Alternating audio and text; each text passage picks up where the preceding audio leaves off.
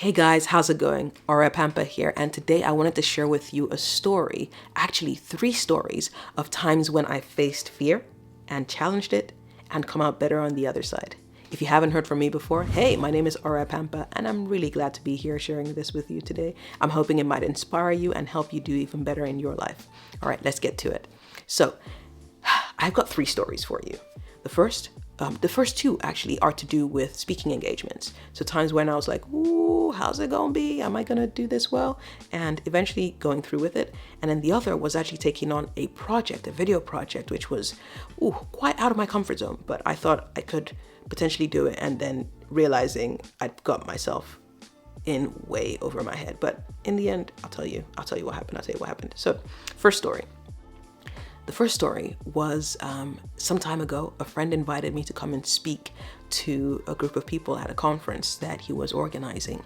Now, he didn't give me much time to prepare. I've had a few days to prepare just to start thinking, okay, how can I add value to these guys? And I just had to speak on business growth. But then I thought, business growth. I mean, there's still a lot about business growth I'm still trying to figure out. Do I have enough to share with these people? Would they actually take something from what I'm saying, or would what I say be just stuff they already know? I kept wondering. But you know what? I thought, don't let that fear stop you. Don't feel like you maybe aren't a master, so don't know enough. Instead, take the bull by the horns and actually work on it, because in the process of doing so, you will learn more about business growth anyway, but then it'll help you solidify or articulate all the things you've actually learned about business growth in your journey as somebody who runs a business. So I thought, okay. I told my friend, yeah, sure, I'll do it. And so I began preparing. I wrote down some of my thoughts, just, put them all down. When I'm preparing a talk or a speech, I don't use too many filters when I'm generating ideas. I just put everything down either on paper or on screen, or usually in a mind map, so that I could just get everything down first. Then I went online, did a bit more research on other people, what they've done in terms of encouraging their businesses to grow. I watched a few videos on YouTube, read a few articles, and thought, okay, I felt like I was adequately prepared. It made me also realize, when you think about business growth, you need to define what actually growth means for you. Are you looking at profits? Are you looking at increasing your customer base? What is it? And then working backwards from there. And then also making sure that you have the right things in place to help you deal with the growth when it comes. So do you have access to people? Have you set up the right processes? Do you have the right systems to make you successful in your business? Those were things that I spoke about. I also spoke about my journey in terms of my foray into business and the growth I've seen in those and what I'm doing now. And in general, just told them about growth and about business growth and the great things that can come from it, but then actually preparing themselves for it. So in preparing all of that, it was a bit nerve-wracking. I was like, ooh, can I do this? Can I do this? But I got past that. I told myself, you know what, I've committed to it, I'm doing it. And guess what? It actually went well. People there enjoyed the talk, and it was quite interactive as well, because we also dealt with individual businesses during the talk as well, and actually dealt with case studies from a few businesses, looking at what specific issues they were facing and what advice other people in the group could bring on. So it was quite an interactive session. It was a small group, so that made it even better, because then we could all interact, and it was really good. Now, I'm really glad I did it, because A, it got me researching and learning even more about business growth for my business. B, I got to meet some amazing people who I've connected with on LinkedIn and different platforms already, such that who knows where those relationships can go, but that was really good. And then I've become one more step bolder. Because I've taken on this challenge, the next time I have a challenge like this, I won't feel daunted. I may not even feel the fear, because I've done this. And the reason I was even able to do this one is because I've done others in the past where I've had to prepare, and sometimes at short notice, but I was able to prepare nonetheless and deal with it, such that in this case, it didn't feel as daunting as it probably could have been. All right, that's that story. Another story was actually when I was supposed to fly to France, Annecy in particular, for an animation conference. That didn't happen because my flight got cancelled literally as I was about to board the plane. But anyway, I've done another video on that. You can check that somewhere on a link somewhere up top there. But anyway, that week or a few days after, I had to give a talk at my church, just a short talk, just sharing my experience of God, just what my experience of God has been. And for me, I was talking about the aspect of God, which is God's grace, and how sometimes when we feel like we deserve something, but I mean negatively now, let's say we've done something wrong and we deserve consequences, and yet God still gave room for us to still come back to him and be like, okay, I messed up. Please forgive me, help me out here. And God comes through. That has been my experience of God in many aspects. And I just thought I was pretty excited to share, actually. But then again, there comes the daunting nature of, speaking to a large number of people, and knowing that you're speaking to not just people in the room, and it was a big room, but also speaking to people online who would watch the video live and watch it a year, 2 years later, a few days later, and it's that thing of, okay, can I handle it? Because I've already dealt with situations where I've had to speak. It's not the first time where I'm speaking to my church in one small way or another. So I didn't feel as daunted as maybe I might have done if it was my first time. But because each time I've been asked to do these things, I've taken on the challenge and told myself, you know what, I'm going to take it as a challenge and I'm going to grow from it. Such that by the time I was doing this one, I wasn't as nervous as maybe I might have been if this was my first time. So I went, spoke, and you know what, people came up to me and were like, wow, they really appreciated that. What I said blessed them. And one person actually told me, when she was going through something the next day, she just reminded herself, there is grace. And that was just a phrase I kept repeating all through my talk. There is grace, there is grace. I'll post a link to that talk at some point, but I was just really glad that I could share that with people. So something good did come out of me not traveling. And then a third thing now was going completely out of my comfort zone. So I traveled to Benin Republic a few months ago, and I went there just to explore, get to know the country, meet people there, and you just have a good time. So I went on a tour of a floating village, a village on stilts, a city where there are houses literally built on stilts and people get around using boats. It's fascinating to see. It's just like Makoko in Nigeria, in Lagos, Nigeria, but this is the version in Benin Republic. And so it was just very, very beautiful to see.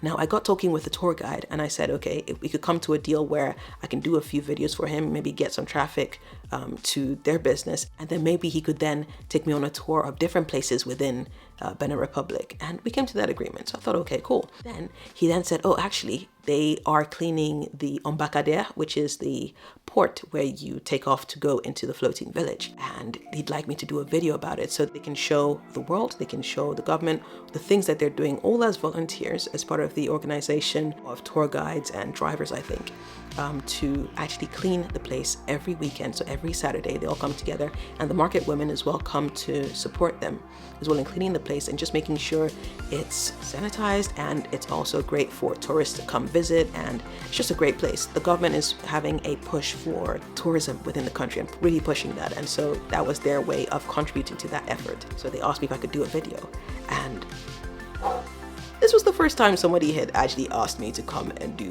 a video like that. Like the other time when I did a video in Benin Republic for a company, I went to them and they were a co-working space. I just said, okay, I can do a bit of a promo video for your co-working space, something short, maybe a minute long, and then, we can exchange, maybe I can get a day or two free to come work with you guys, at their co-working space.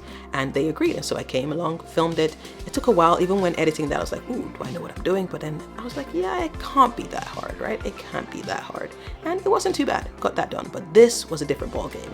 I literally went there, and my first thought was, do these people know that I've been asked to take videos and pictures, or do they think I'm just some random tourist just going ahead and recording them doing stuff and cleaning? But the tour guide assured me that he'd informed them, so it was fine. I was like, okay, cool. So let's act like I know what I'm doing. So I went around taking pictures and recording videos of people cleaning the embarcadère, which is the port. And yeah, it was just a really, really great experience. And I was just like, wow, I can add videographer to my repertoire, which is interesting.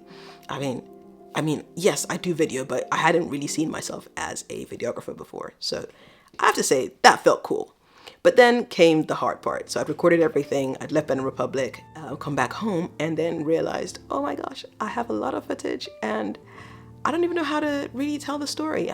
I sat down with the tour guide and one or two other people from that association and came up with a voiceover script to kind of walk through. But at the same time, I had to then whittled down footage of about 40 minutes to an hour to literally, like, the part that I whittled it down to was probably about, I don't know, maybe 10 minutes or even less.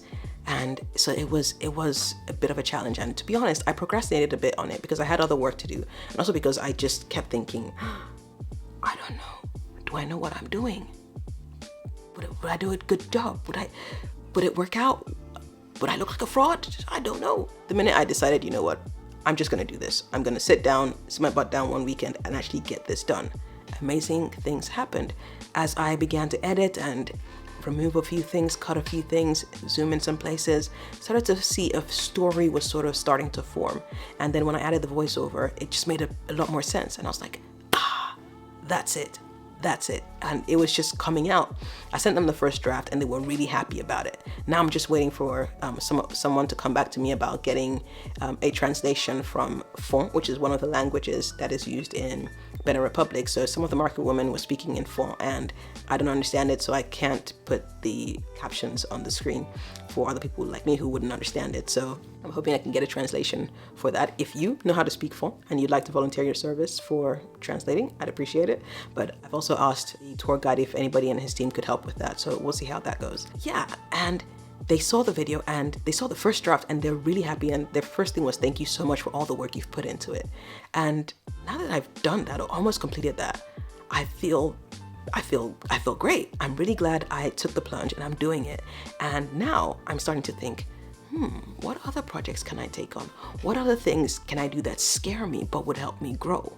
And that's the beautiful thing about facing your fears. Sometimes things seem a lot bigger and a lot more difficult than they actually are. But sometimes you just gotta face fear, okay?